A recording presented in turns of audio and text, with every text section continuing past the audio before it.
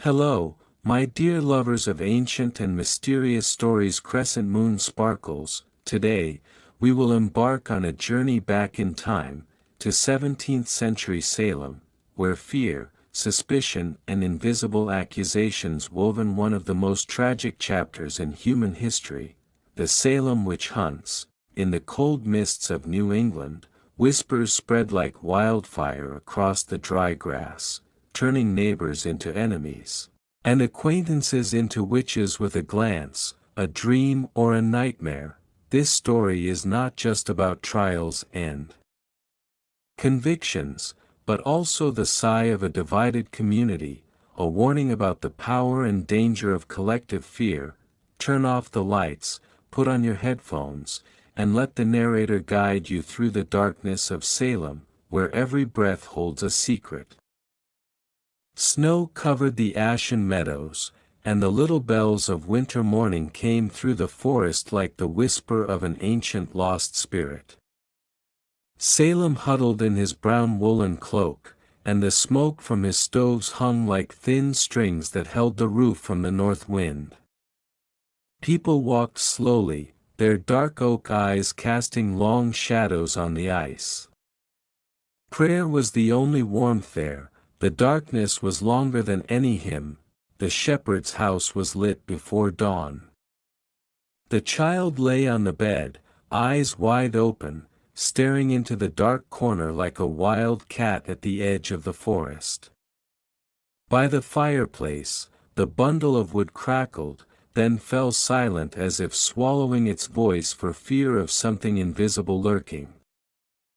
The father knelt, his chapped hands clutching the Bible, his lips moved wordlessly, as if the holy words had turned to smoke and drifted away in the night.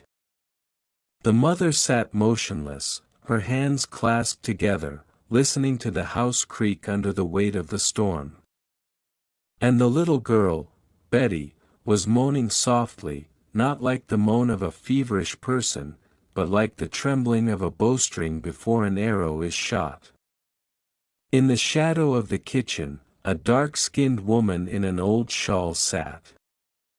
Her hair was as tangled as dry rattan, her eyes as black as the sap that drips from a wounded tree. Tituba stood there, watching the fire die down, wishing that the fire could speak the language of the forest and sing a song to the child's ears to chase away the nightmares. She knew those songs, the melodies of the distant sea where the waves encircled the island like a white fence. But here, every note could turn to thorns. The knocking was intense. The neighbors poured in like a cold wind. The white-bearded man trembled, asking, as if to confirm, "The girl is being watched."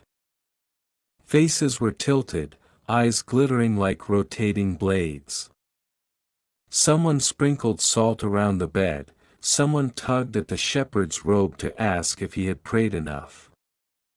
A mother wiped the sweat from her child's forehead, touching the hot skin and still feeling the chill from the floor up her spine. In the corner of the room, Abigail, the cousin, burst into a fit of laughter, her smile falling like a shard of broken glass. Then she sat up abruptly, her eyes lost, her arms outstretched as if chasing an invisible butterfly. Don't pull my hair!" Abigail cried, as if speaking to the air. The room held its breath, a few drops of candlelight dripped down, clattering on the wood like the tiny footsteps of an unknown creature. They were dragged away, someone whispered, by fleshless hands. In that terror, rumors spread like fire over the dry leaves. People whispered about cattle suddenly dropping dead, about cows' milk curdling like mud, about dark figures standing behind windows before nightfall. The tighter the doors were shut, the wider people's eyes were, searching the darkness for something lurking. The church meeting took place in a gust of wind. The roof tiles hummed, like a giant leather drum someone was beating in the distance. The pastor stood on a wooden platform, his voice low, each word heavy as a stone. He spoke of the trial, of the evil hand like a sickle that reaps souls like old rice, of the hardness of the heart like an elm against the snow. The people sitting below did not look at each other, only looked down at their hands, because every time they looked up, their eyes met, and both saw a cold river flowing with shards of ice in the shape of doubt. "What did you see?" he asked at the end of the meeting, when his breath was already steaming even in the closed house. A widow raised her hand, her voice groaning, "I saw a child's feet floating an inch above the ground." Another said he saw a black cat leap across the roof, accompanied by a woman's laughter. A cross fell from its nail, no one told him to touch it.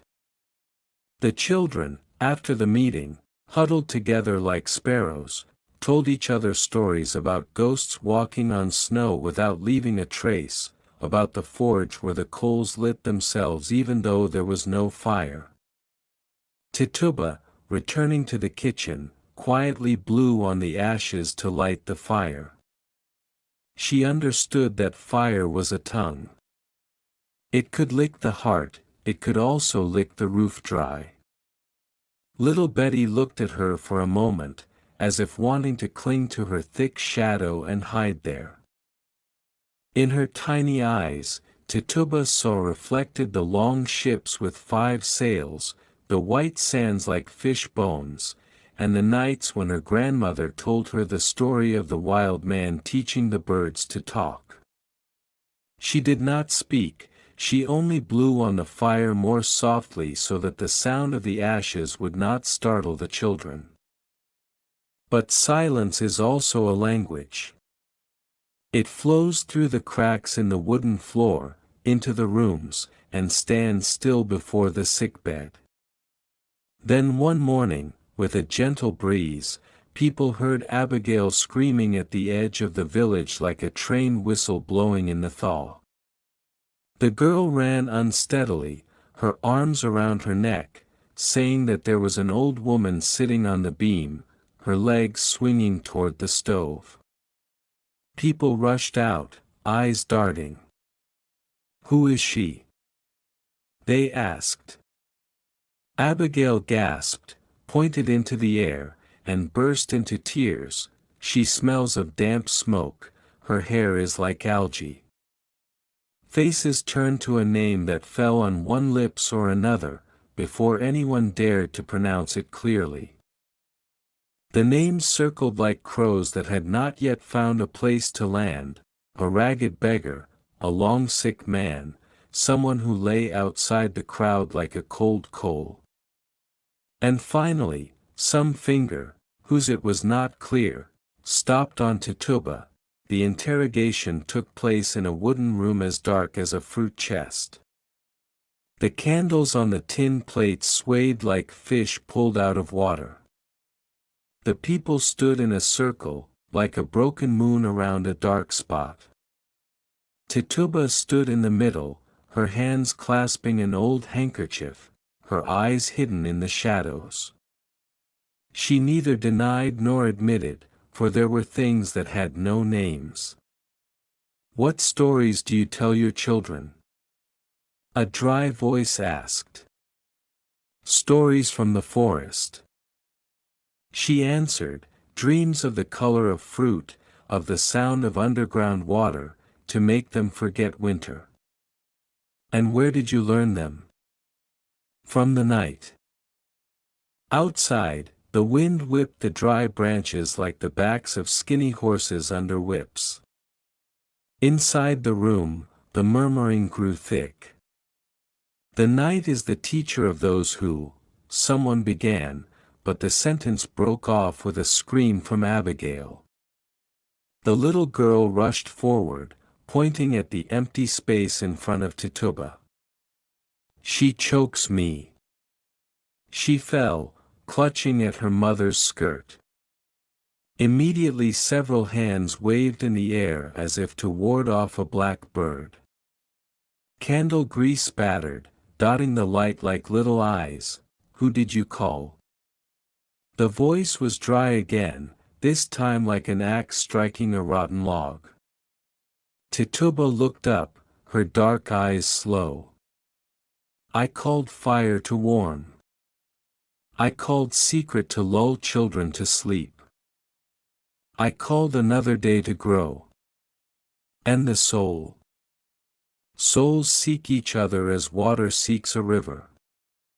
The hand tapped on the table. The wood shook, making a sound of coal, or singing, depending on who heard it. Gossip, once again, spread its wings. It landed on the roof of the chicken coop, poked its head into the kitchen, threaded through the hair of the women combing it, and flew into the ears of the men chopping wood. 3 names came out as clearly as stones rolling from the mouth of a cave: a wretch, a half-recluse, and Tituba with dark forest eyes. They were dragged through the village street, the rope winding like a snake in the snow. On the fence, a few sparrows hopped back and forth. And for some reason people suddenly walked in a line and spoke in low voices as if at a funeral for something no one had seen. The days stretched out like an endless thread. The children twitched, laughing and crying alternately like the water of a river flowing over rapids and then calmed down. Every night, sometimes there was a knock on the window, like a cold finger testing the world inside to see if it was still awake. The dogs howled for no reason, then fell silent, as if someone had pulled the howl from their throats and hidden it in their pockets. As winter receded toward the edge of the woods, wooden posts were planted in the clearing behind the church. The grass had not yet turned green, the earth still smelled of iron. On the high platform, those assigned to the task practiced their sternness like a rhythmless hymn. In the detention house, some sat counting the pulses on their wrists, others looked up at the light above where the dust flew like June snow. One morning, the last snowflakes of the season fell late, as big as goose feathers. They landed quietly on the shoulders of those who had come to see them. "They will say the right thing," someone said, "and we will sleep well again." But sleep is also a kind of prayer. And prayers are not always heard. Rebecca, a woman with soft silver hair and eyes like a cool summer lake, was standing in the doorway when people came. She was not surprised. Her hands still smelled of flour, and her clothes were stained with dried thyme. "I am old, go slow," she said, as if addressing an imaginary group of grandchildren who were tugging at her skirts. They did not reply, the rope in their hands sounded dry as dead grass. As she stepped out into the garden, chickens clucked, and the young apple tree she had planted last season shook its slender crown as if to keep a drop of snow from falling into her hair. In some of their eyes, a flicker of doubt about what they were doing. As when you touch the surface of icy water and wonder if there are fish underneath. The crowd waited. The hum of voices was like a hive of bees awakened. Rebecca passed by, each step echoing a prayer for the grass to grow. And someone, in the back row, suddenly bowed his head, because he seemed to hear somewhere the sound of children learning to read, the sound of flour falling as light as chalk dust. But a sudden hiss interrupted, someone raised his hand, pointed to the sky. "Look, a white figure flies by." The people's eyes were on fire. They looked up at the gray of the clouds and saw that everything they feared had a place to cling to. "Don't close your eyes," urged the person next to them, "or the witch, the words were swallowed up, and they all swallowed them dry. Rebecca smiled faintly, a smile as thin as the morning dew. She said nothing to them. She spoke to the next year's harvest, to the baby due in August, to the unfinished sweater in the basket, and to the old husband who was tying up the bundle of firewood behind the house, unaware that the rope he was using was cut from the same coil as the one that was tightening around the village's neck. That night, the fire in each house suddenly flared up, as if an invisible hand had thrown a handful of wind. The smoke rose straight up, without dispersing, and then wrapped around the rafters. In the smoke, people seemed to read the lines of a languageless book. Those who stood outside the circle would be pulled in. Those who walked inside the circle would be thrown out. Children dreamed of footsteps, footsteps somewhere. Adults woke up in the middle of the night, hearing their hearts pounding like a pestle. And so, each day that passed was a loop of rope drawn one notch higher. So much so that when a crow perched on a fence post, it suddenly became a messenger. When a glass slipped from one's hand and broke, it was suddenly seen as the mouth of a well spewing truth. The whole village cleared the weeds from their gardens, but let wild grass grow in their hearts. One evening, the wind from the bay brought in the smell of salt and old candle wax. In the clearing behind the church, the sky changed color very slowly, as if someone were weighing two canvases, one the color of ripe plum, the other ash. People gathered, not to listen but to see. Children stood on rocks, craning their necks, old people sat on wooden stilts, shivering and staring. When the first gust of wind shook the dry grass, the line opened. Rebecca walked into the middle, with the others, as if entering a painting drawn with white chalk and sweat. For a moment, the whispering died down, leaving only the sound of strings rubbing against wood, the sound of careful tying, and breathing. At that moment, there was no thunder, but a deep echo echoed from the forest, like the breaking of an ancient tree trunk. Many people were startled. Someone looked up, imagining a sign, a trace of words in the clouds. "The Lord says," someone muttered.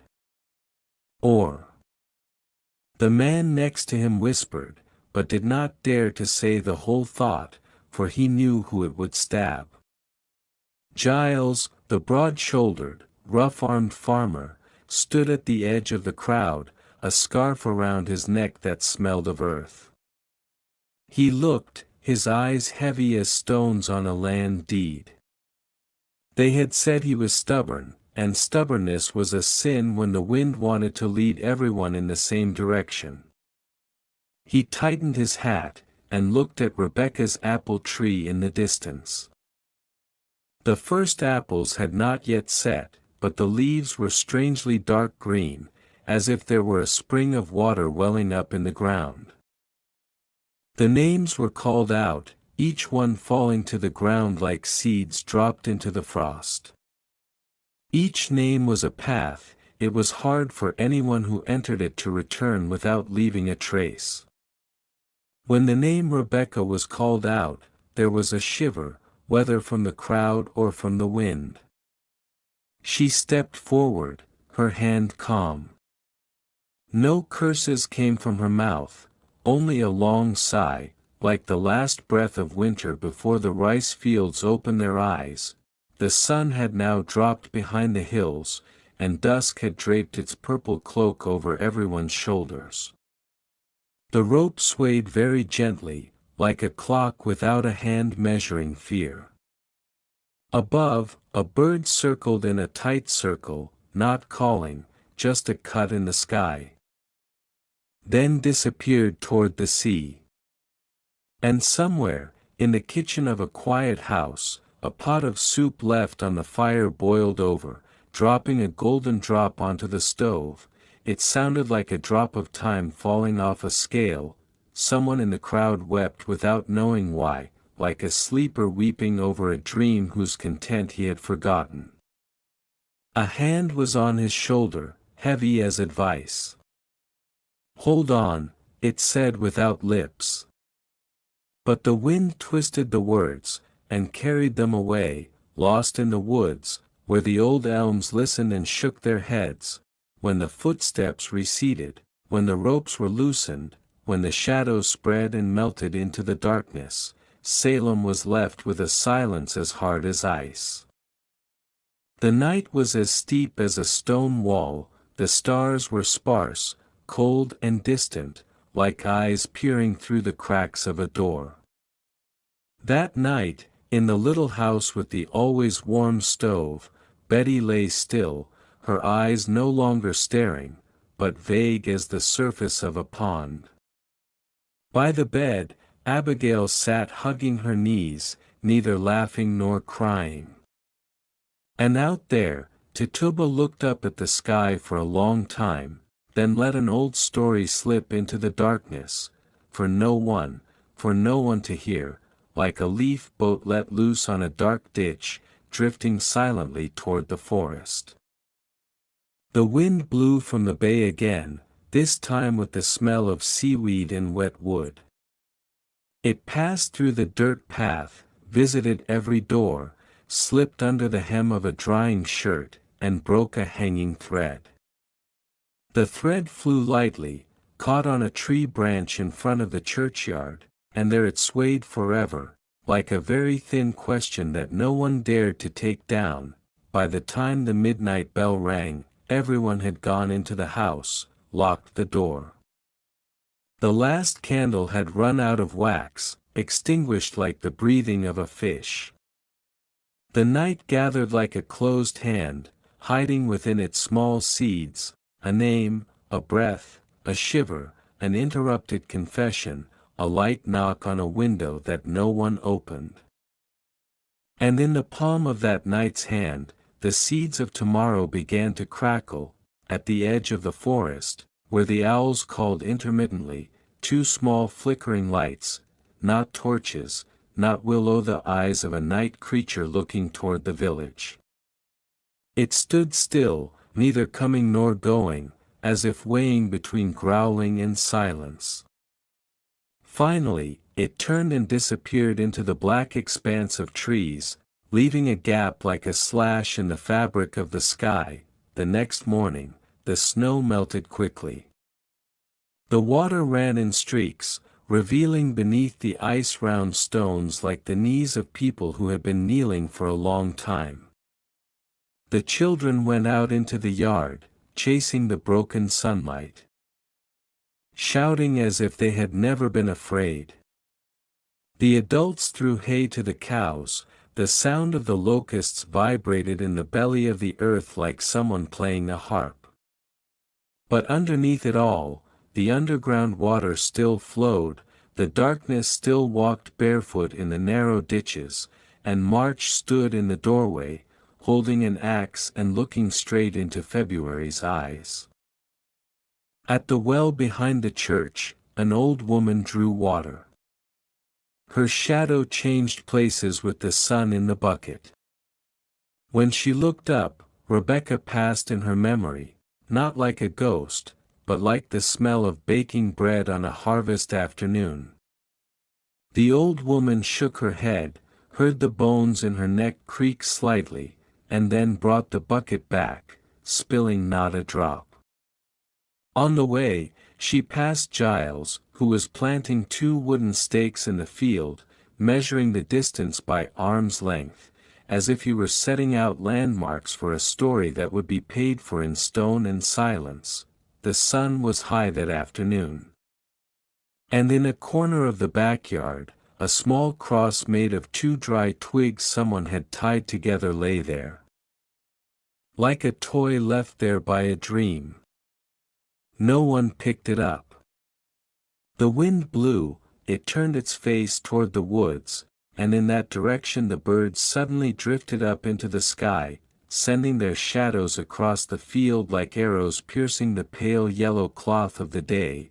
Then, very softly, like a hand on the shoulder of someone who has just finished crying, the village hears a whisper again, a new name, a new sign, a new story kindled in the old ashes. No one knows from which mouth it began, no one wants to be the last to hear it. Every path leads again to the empty space behind the church, where the wooden stakes stand idle like sleepless sentinels. And that path, once again, will drag along footsteps that cannot turn back. Each step burying deeper the seeds of an unhappy harvest. At the end of the path, the night has already laid out its shirt, black and thick, waiting for someone to put it on. And the story, like a nameless river flowing through an old elm forest, quietly curls, hiding in its belly a whirlpool that no one sees, just waiting for a stone to fall. At the edge of the village, a stone has moved. In the middle of the village, a name has ripened. And high above, the stars, cold and distant, still count each breath of the earth like a prayer without end. The sun crept through the dewy apple leaves, scattering fallen gold coins on the dirt yard. The blacksmith's forge at the village entrance was red with coal, the sound of hammers on steel resounding like a rough incantation, nailing the new day to the wood of time. But in each house, when the door was pulled, what opened with the morning was more than light, it was a whisper like spring water under the brick floor, whose name would be called next. Tituba walked through the hedge, holding a bundle of firewood gathered from the edge of the forest. A thorn caught on her dress, pulling it back like a tiny hand from the past. She stopped, gently untangled it, listening to the fabric hiss like a grass snake slithering through dry leaves. From the direction of the shepherd's house, the sound of prayer was as thin as smoke. Betty's eyes were less closed, but her sleep was still fitful, like a paper boat held by invisible vortices. Abigail had suddenly become as gentle as a cat, but sometimes, in the corner of her eyes, there was a strange light that flashed like a piece of newly polished metal. At noon, the church bells rang, calling the living to count each other's shadows. Beneath the dark pine-colored wooden roof, benches were lined up like straight furrows, waiting to be sown by human lips. The shepherd stood up, his voice like a knife cutting into the silence. The wicked disguised themselves as righteous, like a wolf in sheep's wool. The wind blew in from the narrow window, turned a page of the Bible and left it there, like an invisible hand pointing to a passage that no one dared to read aloud. Heads bowed, shoulders trembling slightly. A pair of eyes glanced up, glancing over the dome, seeing a small spider weaving a web, each thread as transparent as the breath of the village. When the prayer ended, people asked questions, but the answers were not meant to be answers. Did you hear a knocking on the airlock last night? In our kitchen, the fire suddenly rose as if someone were blowing it. An old lamb gave birth, a bad omen. A woman in gray pulled her scarf close to her neck, and let out a faint breath. I saw in my dream a cake that would not be cut, the knife kept getting blunt. The man standing next to her nodded, taking this as a sign as clear as a cut on wood. They called to another wooden room, lower, darker, where words were not always of God, but of human hands. A wooden table in the middle of the room, candles in abundance, wax dripping like May stones. 3 men sat opposite, faces carved from the same grave, eyes shining like fishhooks. They invited, or pulled, those who had been called. Sarah Good, her hair tangled like a crow's nest, her mouth used to cursing because of the rough life, now closed like a black thread. Sarah Osborne, frail, her hands flowing with green veins like water roots. And Tituba, still in her old scarf, her eyes holding the shadow of the distant forest, what did you whisper to the night?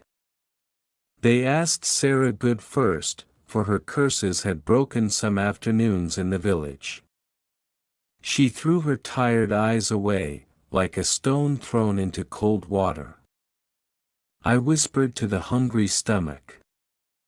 The room shook slightly at her answer. And when you passed the window of that house, the cow's milk curdled. The milk curds when the weather changes, she answered, her voice broken. Or when the heart changes. A dry clearing of the throat like a leaf in midwinter. You are spiteful. Every hungry man is spiteful. When Sarah Osborne came to the question, the original question remained the same, you have been home for a long time, and your sickbed is your bed. Who came to visit you? She smiled very slightly, as if closing her eyes to remember the smell of old baked goods. A dream came to visit me. And who was the person in the dream? She raised her eyes, her gaze passing over the candle and then falling like a scorched butterfly. A white figure stood in the field, holding out its hand. I did not take it, nor did I refuse. I just lay still. The room became more closed. People turned to Tituba as if to a dense grove that they feared but could not help but enter. You tell the children songs at night. She nodded, admitting something everyone knew. Who came to those songs? She answered slowly, as if peeling the skin of an onion. Some wore bird masks, some walked on sand, some held seashell lamps. But that was a matter, like the smell of salt clinging to hair after a day at sea, not dirty hands smeared on someone's forehead. You signed the black book. Another voice said, sharp as the edge of broken glass. The question drilled like a drill into a wet tree. Tituba looked at them, not as enemies, but as three shadows lengthened by a single candle. I can read the wind, but not the black book, she said, and then added after a breath, if there were a book of night, my name would be written in it in the wordless ages, along with the names of every fire that warms and cooks porridge for children. Then Abigail let out a cry like an over-tightened string. She trembled, her eyes rolling like marbles rolling from her palms. She strangled. She pointed into the middle of the room. The air thickened, wax dripped onto the wick, making the flame crackle like an old man's cough. A man stood behind Abigail, his hand across her chest as if to block an invisible arrow. What did you see? They asked, not with their minds this time, but with collective fear. A black bird sat on her shoulder, she whispered, its beak tapping my ear like a midnight knock. The words fell, breaking into sharp pieces. No one dared to pick them up, but everyone bled. They whispered, they nodded, they looked at each other and saw their own eyes reflected in each other's. A sheet of paper was laid out, the pen nib clicked hard. No one read the contents, but everyone heard the signature, the swish of a knife on the thin skin of faith. The news, like a high-hanging lamp, called insects all over the place. From the roofs with green smoke, quiet people came, from the dew-soaked cow pastures, people accustomed to looking at clouds came. The child heard the elders speak of evidence from shadows, learned to look into the air and see footprints there. The salt seller suddenly remembered a night with an unusually pungent smell of salt, and took it as a signal. The baker's wife recognized a vague face in the blistering batch of bread. We have lived with our eyes closed. Someone concluded, now when we open our eyes, we see it all. Meanwhile, Giles stepped through the wooden gate toward the field. He set up stakes, pulled ropes, measured the land with his arms, each arm as heavy as another rock on his shoulders. People called him stubborn, but his stubbornness was the stubbornness of the earth, not moved by the wind, not forgotten by the rain. He heard whispers blowing like chalk dust, clinging to his hair and beard. He brushed them off, and the dust clung again. The neighbor paused, asked softly, as if warning, your name may also pass through people's lips. Giles curled his lips, not a smile, but as if adjusting his hat. People's words are like dry leaves, he said, traveling with the wind. I live with the rocks. Dusk dropped its purple-blue cloak over the field as the first group was led through the path. In the sky, the clouds seemed to be telling another story, but were pulled away by the dark hand of the forest. The children climbed the fence, their eyes shining like needles, watching the footsteps crunching on the gravel. An old woman cupped her hands and called to her cat, though the cat was not there, as if to save her habit from being swallowed by the night. Someone in the group wiped a drop of water from his lips, thinking it was tears, but it turned out to be salty sweat. The fire outside the training ground, where people lit torches before entering the forest, sparkled like a heart that refused to sleep. The reading of the sins was the beat of a drum, the wailing was the sound of a wind flute.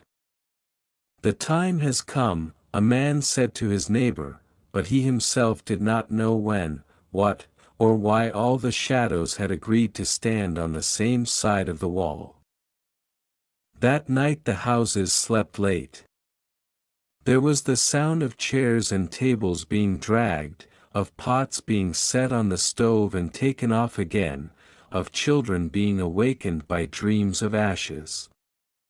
In a small room under a sloping roof, Abigail sat looking at the wall. The shadows of the trees outside the window fell in, forming long fingers caressing the wood. She reached out to touch the deepest shadow, and drew back as if touching ice. In the depths of her eyes, a tiny whirlwind formed, not big enough to be called a storm, but cold enough to make a flower in her heart drop its petals. The next morning, the church was fuller. They sat close together, shoulder to shoulder, listening to the breathing of the wood. The shepherd spoke of distinguishing wheat from weeds, of the furnace that refines silver, of the dross that will be thrown away. Each word fell into the hearts of people like red coals, everyone wanted to keep it, everyone feared being burned. When he stopped, no one applauded, but silence rose like a column of smoke rising straight up. Then, one by one, people stood up and told what they believed they had seen, or feared they had seen. A carpenter told of a wooden plane that made a sound like a baby crying. A girl told of a straw doll that had been stabbed in the stomach with a needle but had no hands to hold the needle. Every story had a long tail that wagged at the listener's sleep. In the stream of people leaving the church, Giles's wife, Martha, wrapped in a white shawl, her eyes as gentle as the earth after a rain. She quietly turned away from the stream and asked a giggling little girl, "Are you cold?" The little girl looked up at her, her head tilted as if listening to the whisper of the grass, then suddenly she fell down and shivered. A cry came out like a knife hitting bone. Eyes turned, pinned to the white shawl, for white was the color that was easy to see in the tangle. She made him cold, someone said. The wind suddenly changed direction, blowing into the face of the person who had spoken, making the voice sound like it was being splashed by rain. One news connected to another, like a rope connecting a rope to a stake in the middle of the ground behind the church. And like all stories that have come to write themselves, Salem had only to read it aloud in a collective voice. Martha was called. She straightened the back of her dress, a small but brave gesture. In the wooden room with the low candle, she stood, not shaking. I read the book every night, she said, and it teaches me to be silent before the noise. I am silent, not because I am afraid of you, but because I am afraid that my words will be twisted like a broken trumpet. That did not get many nods. Giles stood outside, holding his hat, looking through the crack in the door.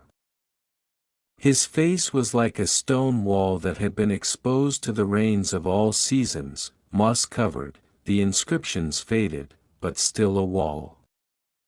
Every time a sin was uttered, his eyes became heavier with a layer of stone.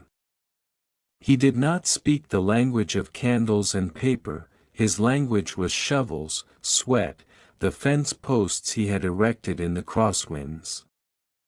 But here, truth was measured by the chill that rose from the necks of onlookers, and by the shiver that ran down the collective spines. The next night, the moon was thin as an onion cut with a blunt knife, hanging from an elm branch.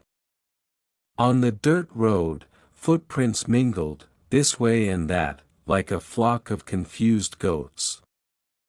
At the end of the village, where the ditch emptied into the creek, Tituba sat washing an old towel. The water was cold, her fingers as hard as the roots of a briar. She sang softly, a wordless song with a salty, ancient flavor in her throat. The song followed the water down under the bridge, touching the broken wood, touching a shadow sitting with her knees drawn up, Abigail. How long she had been there, no one knew. Her eyes followed the water, where the star fragments had fallen and dissolved like salt. I'll tell you a story with no bad people, she said, her voice hollow as an old coconut shell. Tituba looked at her, her head tilted, reminiscent of seabirds listening to the wind. There are stories with no bad people, she whispered, but everyone is tired. So why do they end in night? Because the day is tired. The next morning, the smell of rain hung in the air despite the blue sky. People wrote more, signed more, read more aloud, as if enough letters were put together, the truth would come out of the sentences of doubt. But the truth, if there was one, stood on the porch, looking through the cracks in the boards and not knocking. In the yard behind the church, new stakes were added. New ropes were woven, like a nursery for trees that would never give shade. Hammers, chisels, men working hard, all sounds were as industrious as building a house or erecting a scaffold. A westerly wind carried the smell of damp moss, and the group moved on. This time, on the fence, a large crow sat, its head tilted, its eyes like shiny beans. It cawed 3 times, then fell silent, as if reminding someone of something no one cared to remember. People tied ropes, people called out names, people asked questions whose answers had been written by the wind on the backs of their hands. Some screamed, some were as silent as an empty chair in the kitchen. A child buried his face in his mother's shirt, and the smell of milk in that shirt suddenly turned sour. That night, the rain came, scattered like the knocking of someone who had changed his mind. The earth drank the rain. Rustling. On the roof, the water gathered in streams, flowed down the trough, then poured into buckets, poured into the night. In a small room, Betty slept more peacefully. The fireplace was lit, red like the heart of a lost sparrow. The mother sat beside it, her head tilted to the edge of the chair, dozing. The father, the shepherd, looked into the fire, as into the mouth of a well, waiting for a response from the bottom, but the deep only responded with deep voices. At dawn, the mist lay over the village like a soft shroud. The breeze lifted the mist, revealing the ferns that washed their faces with tiny drops of water. Giles picked up a large stone and placed it on the ground beside the house. He placed a second, then a third, as if building a bed for silence. Martha stepped out onto the porch, looking at him, her hands clasped in her apron. "You'll hurt your back," she said, her voice as soft as the morning rain. "I put the stone to remember where I stood," he replied, blowing hard into his palm. "When the wind blows, I won't move."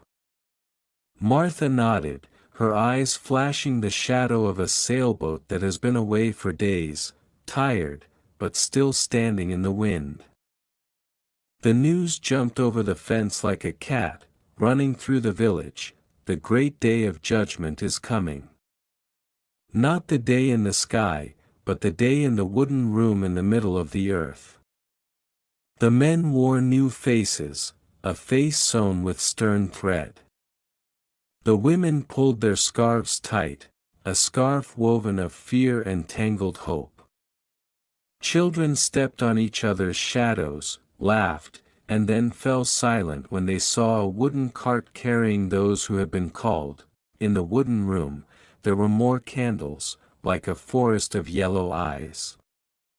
Danforth, the one invited from afar, that's what they called him, no one could be sure, sat upright like a stake in the middle of the field. His voice was low, but each word was like a stone dropped into the listener's hand. Question. Answer. Deny.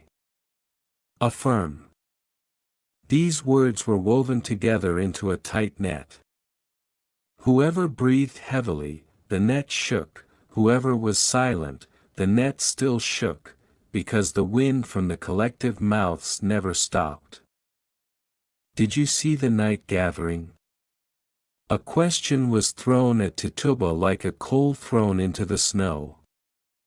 She raised her head, her eyes no longer the distant forest, but the smoldering village. "I see a circle of people around the fire," she said, each one putting something in it.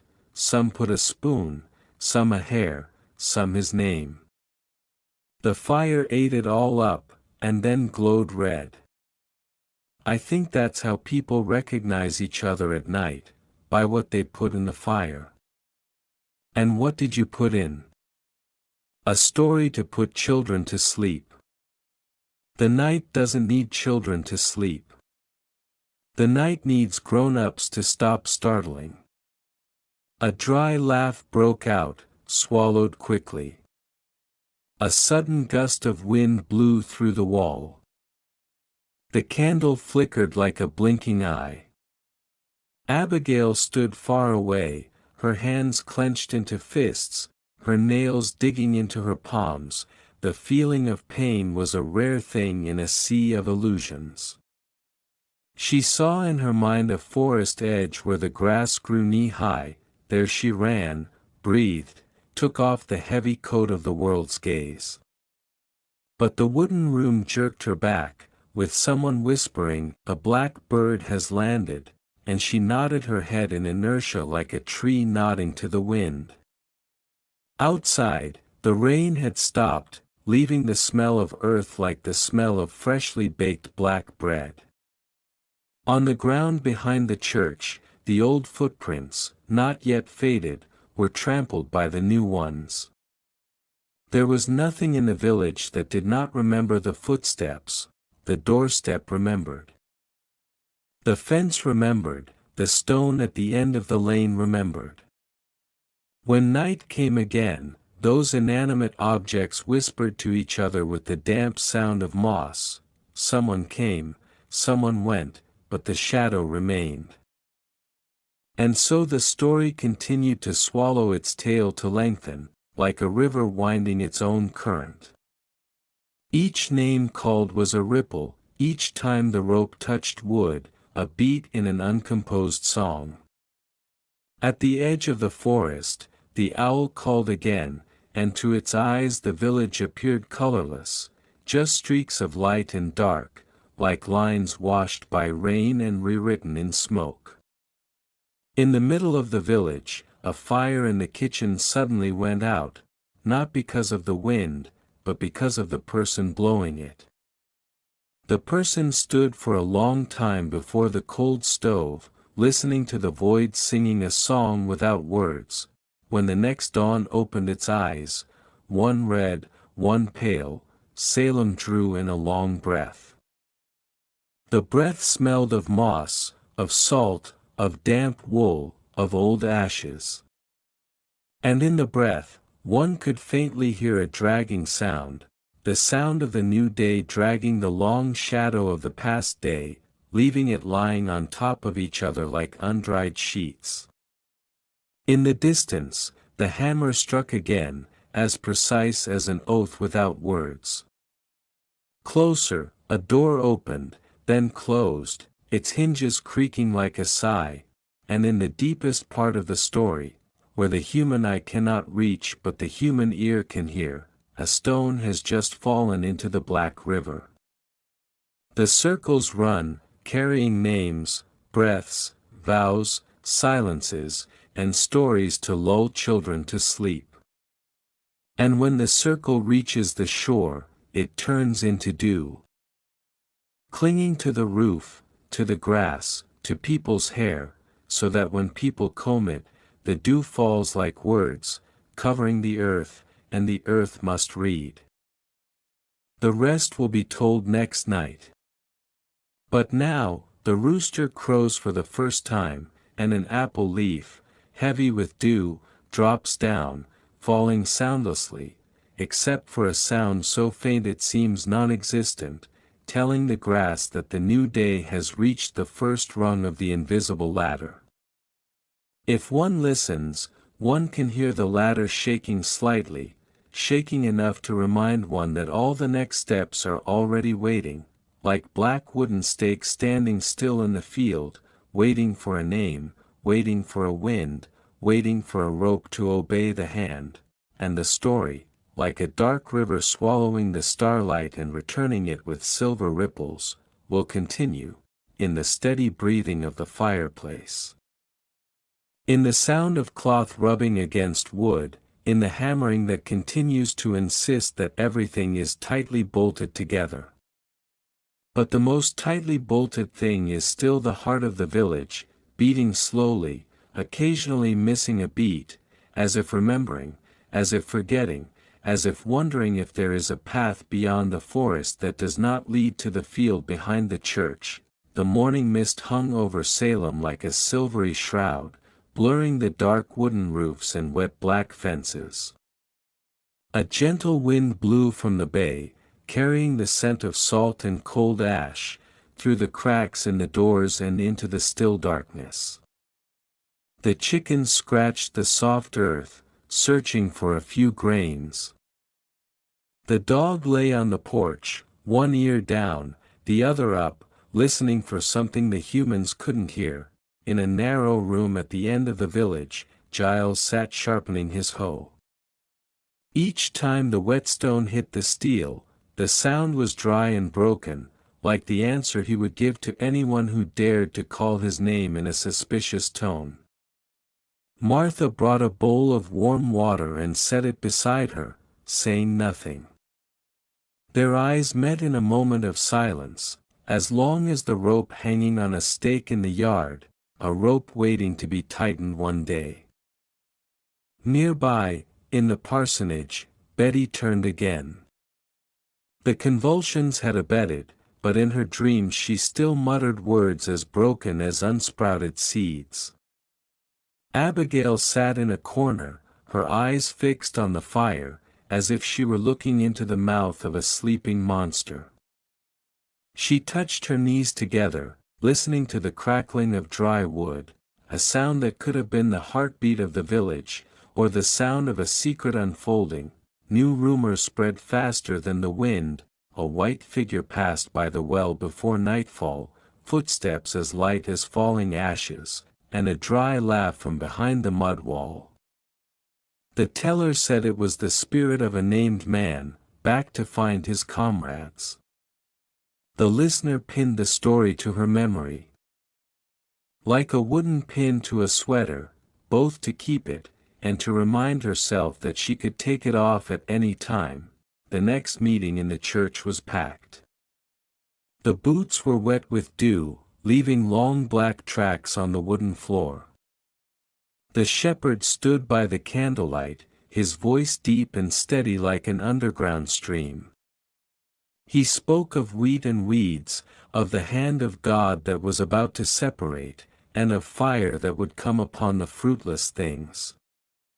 His words fell on the hearts of the listeners like raindrops falling on stone. They made a sound, they trembled, but they did not penetrate. After the prayer, a woman stood up, clutching her Bible, staring. I saw in my dream a long banquet table, everyone eating black bread, except one person. He ate white bread, and the white bread turned to ashes. A murmur arose, swirling like smoke. An old man added, I heard a knock on my floorboards 3 times in the middle of the night, and when I opened them, there was no one there. Each story was a stick thrown into the fire, and the collective fire burned higher. That afternoon, 3 new names were written on paper. Among them was a red-haired young woman, and Putnam, who used to laugh like a wheat in the wind. She stood in the middle of the courtroom, eyes wide open, telling of a time when she was walking through the woods and saw a dark figure with a stick blocking her path, and recognized the face of a villager. Her words poured into the ears of everyone like honey mixed with poison, sweet to swallow, but bitter when they entered the blood. Outside, gray clouds lowered as if the ceiling were about to collapse. The wind swirled around the eaves, threatening them with a long howl. In the yard behind the church, the stakes had just been erected, the wood still smelling of resin. A few crows circled, perched and then flew away, as if testing the strength of the things that would soon be tied to them. That night, Tituba sat alone by the fire. The flames flickered, casting dark and light streaks on her face like the waves of the night sea. She held a wooden bowl, slowly stirring a decoction of bark, smelling pungent. In the sound of the wind outside the door, she sang a song from long ago, the words like grains of salt that quickly dissolved. No one heard, except the night itself, and the night, as always, kept the secret to itself. At dawn, a drizzle came. The gossamer drops fell, forming a film on the window panes. People gathered again, read again, signed again, as if each signature were a new lock on the door to peace.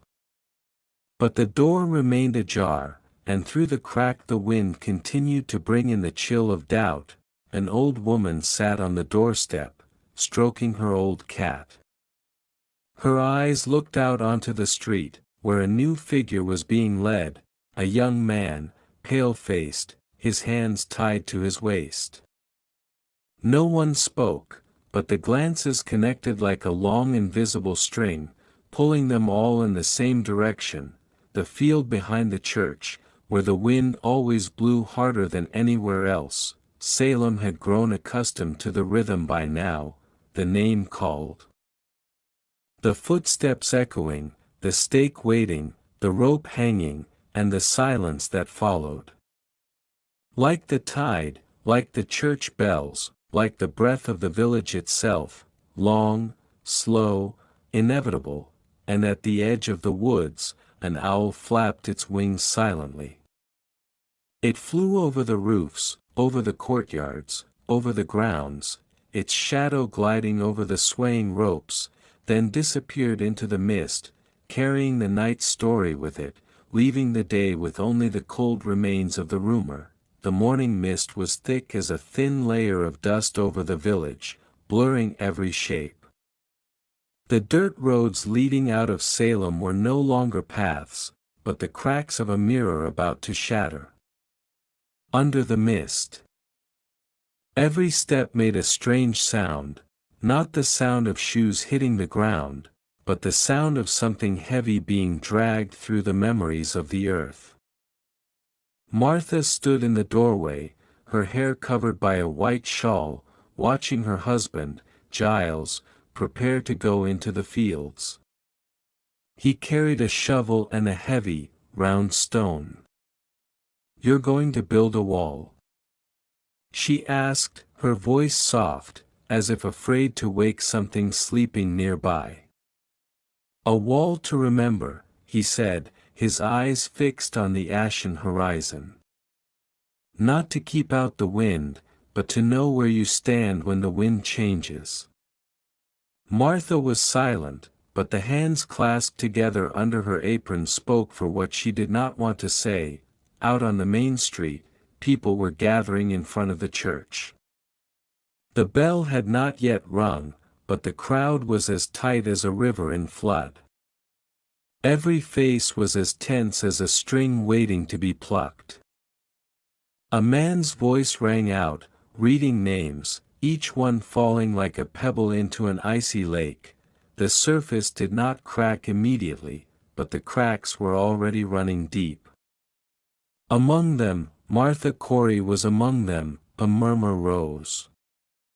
A few glanced at Giles, as if expecting resistance. But he stood erect, his eyes like wet stones, heavy, deep, unmoving. Martha stepped out of the line, walking slowly and calmly, as if entering a harvest ceremony. Her white scarf stood out against the dark robes, like a streak of the early moon swallowed by clouds. In the courtroom, so many candles were lit that each person's shadow overlapped the other, turning the room into a dark canvas speckled with gold. Danforth, who had been sent from Boston, sat at the center table, pen in hand, his eyes scanning the crowd like a shepherd sweeping a lamp across a field in search of a lost sheep. He asked, in short sentences, like drills into hardwood, "Did you go to the night meetings? Did you sign the devil's book? Did you see a dark figure standing at the foot of the bed?" Martha answered in shorter sentences, "No. Or I pray. Or I do not dream." But the very certainty of it made the listener all the more uneasy, as if standing before a stone wall with no cracks in which to insert a grain of doubt. Then from the back of the room a young voice, and Putnam, shook like a young branch in the wind. "She came to me in my dreams, and gave me a book. When I refused to sign it, she looked at me and laughed." The laughter, though only recounted, spread through the room like a lingering smoke. Some crossed themselves, others took a step back, away from Martha's imaginary shadow. Danforth nodded slightly, as if he had found a piece of a puzzle that he had kept in reserve. Outside, the wind rose, lashing the windows, shaking the slats like a taut bowstring. Giles leaned against the fence, listening to every sound inside like the sound of nails hammering into boards. He clenched his teeth, his calloused hands clenched, but he did not move forward. He knew that to enter it was to enter a net, and a net that caught more than fish. It caught what one thought was hidden deep at the bottom. In the afternoon, the procession brought Martha to the field behind the church. Wooden stakes stood ready, casting long shadows on the damp ground. Newly woven ropes, thick twisted ropes, smelled of fresh sap. Crows circled overhead, cawing hoarsely. The crowd was silent, except for the wind and the crunch of footsteps on gravel. Martha did not bow her head, nor look around. She stared straight ahead, where the sky and the earth met in a white blur of evening mist. As her name was read for the last time, a distant thunderclap echoed from the woods. The crowd shuddered, some whispered that it was a sign from God, others that it was the devil laughing. Martha closed her eyes, her lips moving, but no one could make out what she said. The wind carried her last words away, leaving a salty taste on everyone's lips, whether it was tears or rain. That night, Salem was in a dead silence. No dogs barked, no doors slammed. Only the rustling of trees in the woods, like secret conversations between spirits. At Giles's house, the fire had long since gone out, but he sat in his chair, looking into the darkness as if searching for a path through it. On the table, a round stone lay still, like a promise unfulfilled, or a promise that had lost someone to keep. The next morning, the fog was slowly lifting. On the path to the fields, new footprints overlapped old ones, heading toward the edge of the village. And at the edge of the woods, a dry branch snapped and fell, making a sound so soft that only someone waiting for something could hear it. It was a signal that the list of names was not yet complete. The morning was clear and cold as the surface of an icy lake.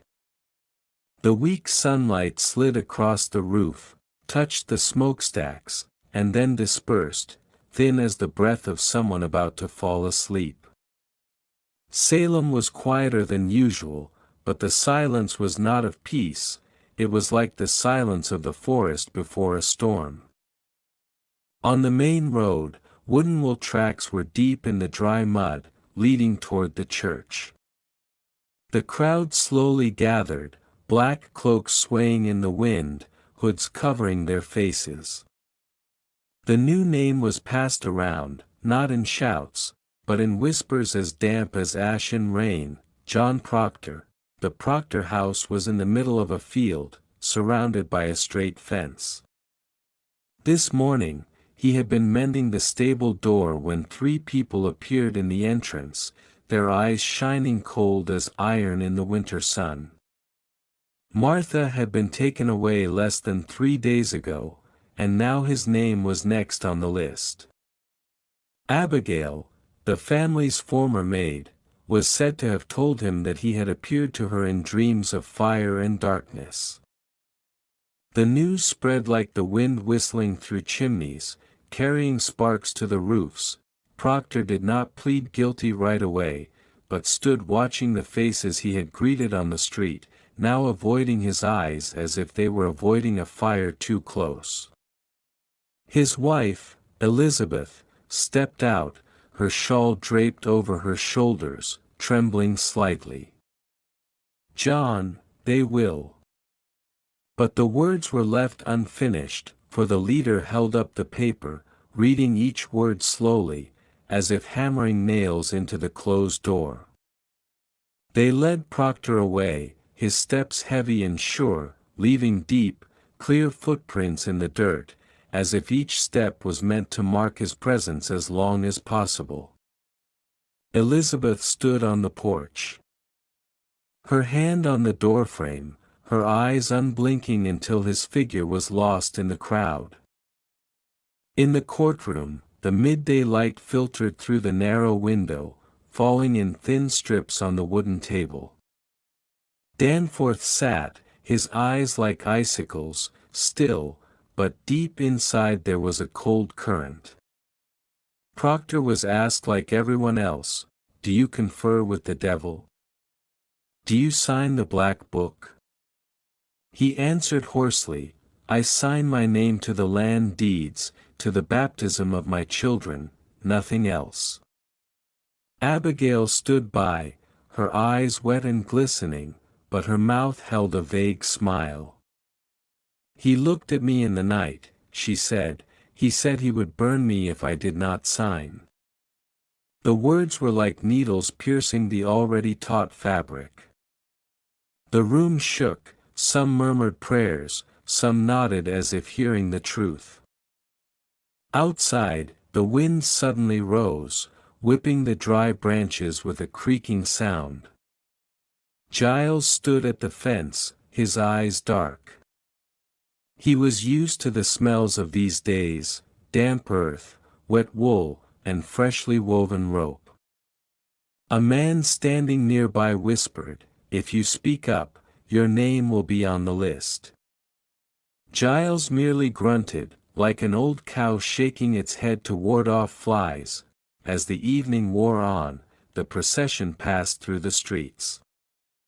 The children ran after them, eyes wide, hands pointing, as if watching a ritual being performed to teach them something. The stakes were ready in the yard, the ropes swaying gently in the wind. Crows landed on the fence, tilting their heads to look, their small black eyes like beads in the evening light. That night, Salem slept late. The smell of smoke permeated every corner, mingling with the scent of half-smoked candles. In some houses, there was a faint sound of prayer, in others, there was only a long silence, heavy as a wet blanket over the fireplace. At the edge of the village, Tituba stood at the edge of the woods, holding a dry branch. She stuck it in the ground, tilting her head as if listening to the sound of imaginary roots digging deep. Then she turned into the darkness, leaving behind on the ground a footprint next to that of a wild animal, no one knew which. The next morning, the dew returned, thicker, colder. On the path leading into the center, the footprints of yesterday's caravan were still there. They were a reminder that in Salem, anyone could be called by name while the dew had not yet lifted. And at the edge of the clearing, the wooden stake still stood there, silently waiting, like a shadow that never tired. That afternoon, the sun faded behind a thick veil of clouds, bathing Salem in a pale ash-gray light. The air was thick with the smell of damp wool and earth and the smoldering smoke of kitchen fires. People walked in small clusters on the main street, dark cloaks sweeping the damp ground, the sound of their footsteps blending together like insects in the summer grass, continuous, unceasing. In the little tavern on the corner, gossip flew like moths chasing the candlelight. "Who's next?" one whispered. Another leaned in, his voice even lower, "I hear it's Mary Warren, the proctor's maid. She's so strange. Her eyes always seem to be looking at something over her shoulder." As soon as the words left her lips, the door of the tavern opened, and Mary walked in, her coat unbuttoned, her hair loose, her eyes actually looking at some empty space behind everyone else. The courtroom was packed. The candlelight reflected on tense faces, each sitting so as not to be the focus of public attention. Danforth asked Mary about her evenings at the Proctors'. One night, she said, her voice shaking like a bowstring, I saw Elizabeth, Mr. Proctor's wife, standing at the foot of my bed, holding a straw doll. She stuck a needle into its belly. And the next morning I had a pain in my belly as if it had been twisted by a knife. A few gasps rang out. An old woman crossed herself, a man muttered a prayer. Danforth tapped the table, his eyes as cold as the surface of a frozen river. Do you swear it? Mary nodded, tears streaming down her face, but the corners of her lips curled up slightly. As if a burden had been lifted from another shoulder, outside, the wind beat against the church walls, shaking the small windows.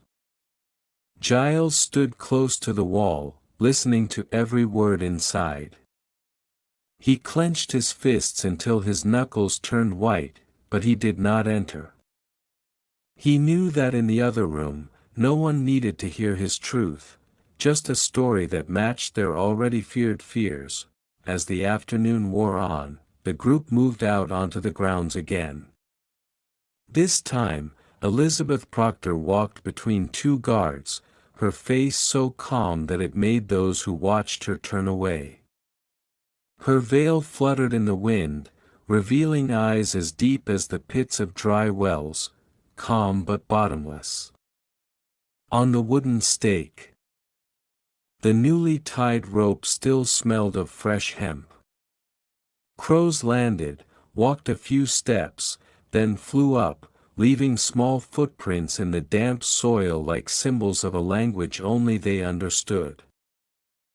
That night, the rain fell sporadically.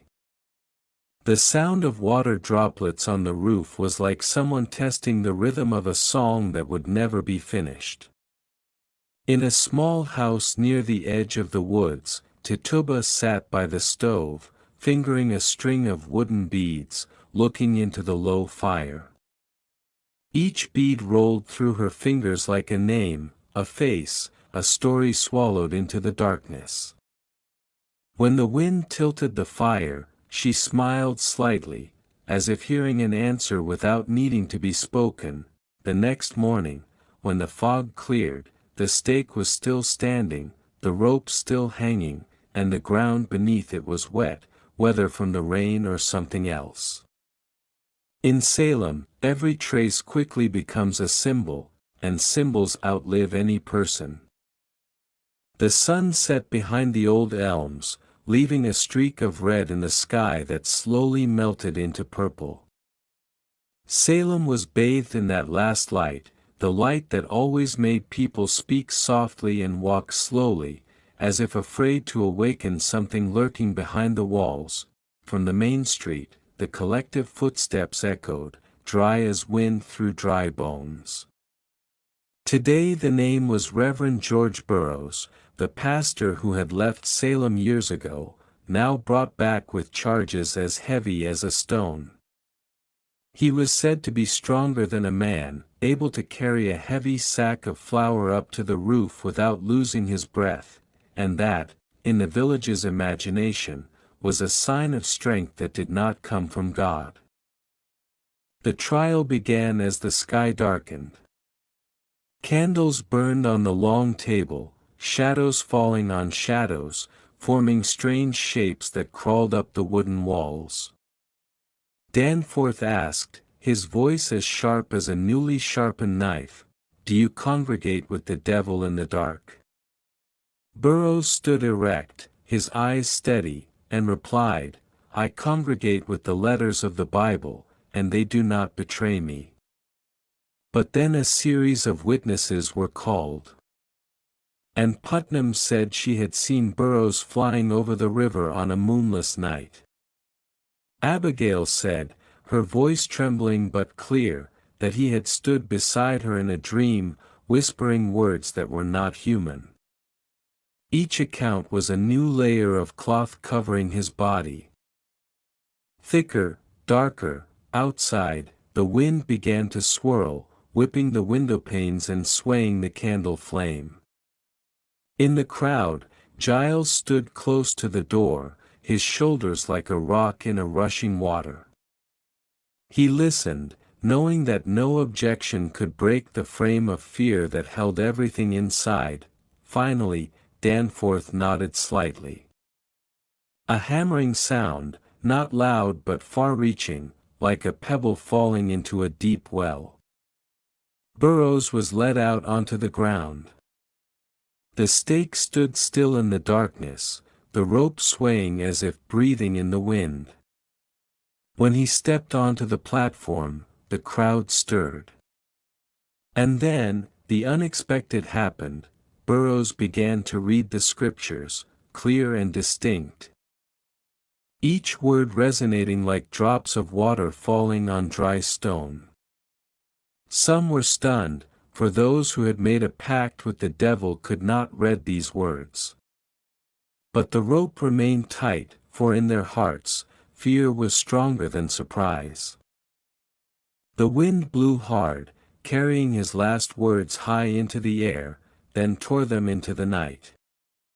Crows flew over the fence, their black shadows swirling through the crowd, making many cower as if afraid of claws scratching the backs of their necks. That night, Salem returned to silence.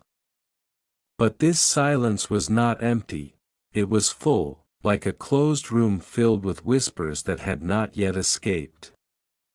In Giles's house, the hearth was cold, and his eyes were fixed on the wall, where his imagination saw a list longer than what he had read.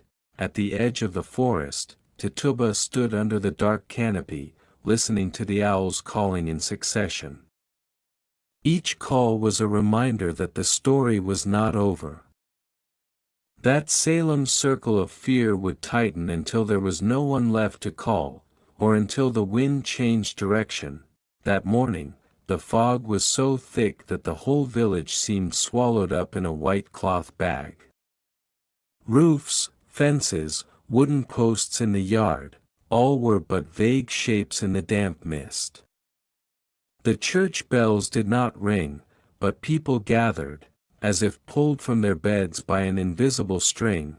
The news spread faster than footsteps. Giles Corey was called. Not because of a visit from the devil in a dream, nor because of some strange sign, but because he refused to testify against Martha, and to answer the questions that everyone was forced to answer.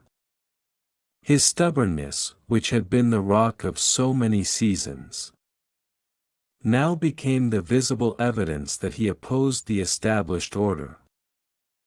He was not brought into the courtroom as usual. Giles was led to the outer field, where a clearing had been made. In the middle, 2 thick planks were placed on the ground, and beside them was a large pile of cold, damp stones. Some people knew, and turned away. This was the punishment for disobedience, pressing stones until the mouth uttered a yes. Giles lay between the 2 planks, his face turned to the gray sky. Each stone placed on his chest was a repeated question. But he only breathed heavily, answering with 2 words, more. His voice was hoarse and broken, but not broken. The crowd stood outside, some frowning, some nodding in approval of the justice of the law. The sound of the stones falling was steady and heavy, mixed with the hoarse cawing of crows on a nearby tree. 1 stone, then another. Giles kept his eyes fixed on the sky, as if searching for a star through the thick mist. As his breathing slowed, his mouth kept moving, repeating more until the wind swallowed up the rest. The afternoon mist cleared, revealing the empty lot and the depressions in the damp ground. The pile of stones remained there, silent and cold, a part of the landscape that everyone who passed avoided looking at. No one spoke aloud, but everyone knew that from that day on, Giles's name would be kept, not in the church's list, nor in the devil's book, but in the stories whispered around the fire. At night, the wind from the bay, carrying the smell of salt and seaweed, blew through the cracks in the door. Tituba sat in the dark, fingering each wooden bead on her rosary, softly singing a song that had no beginning or end. The words floated out, mingling with the wind, then disappeared into the forest. In the darkness, it was as if someone answered, not with a voice, but with a silent presence, thickening the air like water about to freeze. In the center of the village, the wooden stakes still stood, the ropes hanging loosely like hanging wrists. But everyone knew that they would soon be stretched again, because the list was not finished, and tomorrow's morning dew might wrap a new name. In the following days, the wind changed direction, bringing in from the sea the salty, pungent smell of dried seaweed. The smell crept through the narrow streets, wrapped around each window, like an invisible hand touching the back of one's neck. Salem still lives in its dark rhythm, mornings open in the mist, noons gather under the church roof, afternoons march through the streets to the grounds, evenings return to the sound of the wind tapping on the roof tiles, but something begins to change. The whispers of those who once believed in absolutes become slower, less certain. They begin to recognize that the list of names is too long, and that it includes not only those they feared, but also those they once loved. An old apple seller remembers Giles's smile when he bought apples for Martha. A young girl remembers Elizabeth Proctor's hands mending her torn dress. A man remembers the hot soup Burroughs brought to his father during the winter of his illness. These memories are like flickering flames, clinging to the wind. The next trial was that of Rebecca Nurse.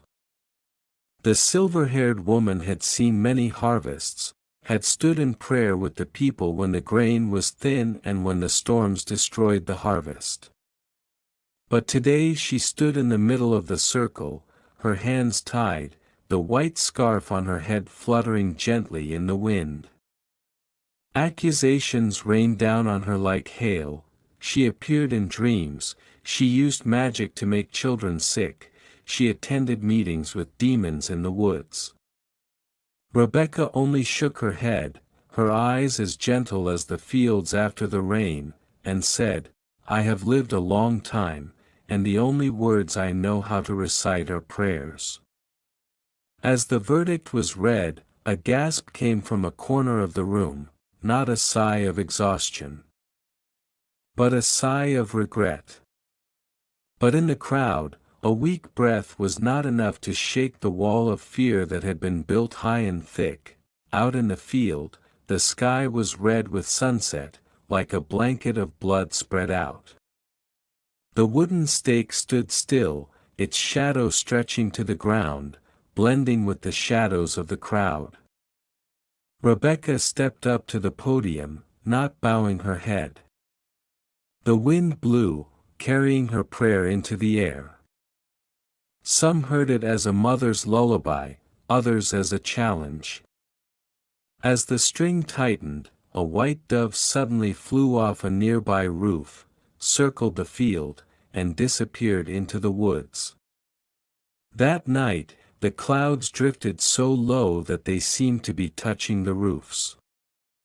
In many houses, people did not light fires, afraid that the light would reveal their shadows. On the edge of the village, Tituba sat by a small fire, turning a smooth round stone. She whispered to the fire in a language no one knew, and the fire responded with a crackling sound. Up above, an owl cried out, one by one, as if marking the last steps of a long journey. The next day, when the fog lifted, everyone knew the list was almost over. But almost over in Salem was not the end. it was just the darkness finding a new way to survive. The wooden stakes in the yard were still waiting, the ropes were still swinging, and the wind still lingered in every house like a patient eavesdropper. In the final days of the frenzy, the sky over Salem seemed to be a fixed gray, unchanged by morning or evening. When there was sunlight, it was like a thin thread through a thick cloth, casting an unfamiliar light on the ground, not warm, not real. The wind from the bay still carried a steady smell of salt, but mixed with it was another smell, the smell of half-burnt wood. Damp hemp, and long cold ash. The accusations began to repeat, like a song wrapped in an endless loop. They appear in dreams, they sign black books, they eat at the table with the devil. The only difference was that now, there were fewer people listening than there were people standing still, eyes on the ground. Eyes that had once been bright with certainty now became heavy, as if carrying something they no longer wanted to keep. The final trial lasted from morning to late afternoon. In the wooden room, human breath and candlelight mixed together, creating a suffocating smell. The witnesses spoke without looking at each other, their voices weaker than before. Danforth still read the charges. But his eyes no longer had a hard, icy light, but were the shadow of someone who had stood too long in the wind corroding his features. When the final verdict was announced, the wind outside the door was louder than the hammer. 6 people were led out onto the field, their feet trampling the new grass. Among them was John Proctor, Elizabeth standing in the crowd, her eyes watching, not calling, not pleading, just clutching the shawl until her knuckles turned white. On the wooden platform, John turned to his fellow convicts, nodded, then looked up at the sky. "God knows my heart," he said, not loudly but enough for the wind to carry it. A few heard, turned away. The rope tightened, the wood creaked, mixed with the hoarse caw of crows in the distance. When the last shadow stopped swinging, the wind suddenly died. The crowd dispersed slowly. Like water receding from the sand, leaving dark, dappled trails. The stake stood there, the rope limp like an abandoned arm. That night, Salem was silent. Not a dog barked, not an owl called, not even the wind passed by once and never returned. Tituba sat on the porch, looking out at the moonlit field. She whispered a story, to no one, only for the wind to hear. And the wind, this time, carried it far away, beyond the woods, beyond the bay, to a place where no one in Salem could reach. The next morning, the sun rose higher than usual. The dew melted quickly, revealing patches of green grass trembling in the new light. People went to the fields, cleaned their gardens, mended their fences, but did not look at each other for long. The list of names was gone, the wooden stakes in the yard were beginning to fade, the ropes were fraying in the wind. But somewhere, in every house, there was still an unbroken silence, where the memories of those fearful days resided, waiting for the moment when the wind would change direction again. Salem went on, but the shadow of those days still walked beside it, like a shadow that never left its owner.